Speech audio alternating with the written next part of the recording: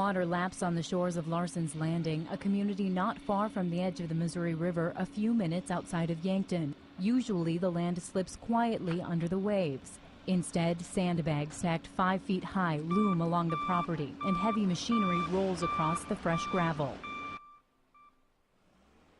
All these people that are just coming out and bringing trucks of sand and putting sandbags in, just awesome.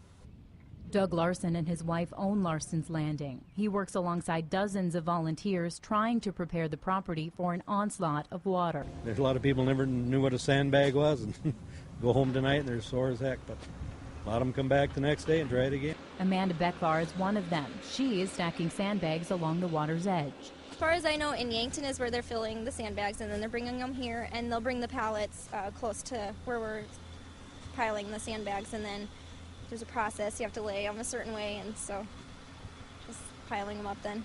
Beckvar drove down from Sioux Falls to volunteer, and her employer is paying her to help, but that doesn't mean it's about money. You know, I just think it's important to help out with the community when, you know, when you need to step up to do that, and I would only hope that if something, you know, happened to me and I needed the help from the community, you know, they would do the same for me. John Ogden isn't taking home a paycheck, but he is here on his own time. The retired Yankton resident is impressed with the show along the Missouri. You can see truck after truck after truck after truck. And, you know, those guys, I mean, they're business people, they're private people and stuff, and they're hauling this stuff from Yankton out here, and, you know, it ain't free to put gas in those big trucks. And so it's just hope it's enough. Ogden continues launching sandbags onto the heightening pile even after others take a break. Because if it doesn't make a difference, then we're wasting our time, and sadness is going to set into them.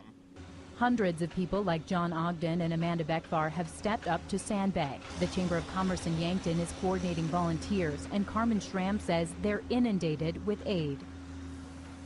We don't have enough for everybody to do, which is a good problem to have, but we will get back to you if you've not heard from us today.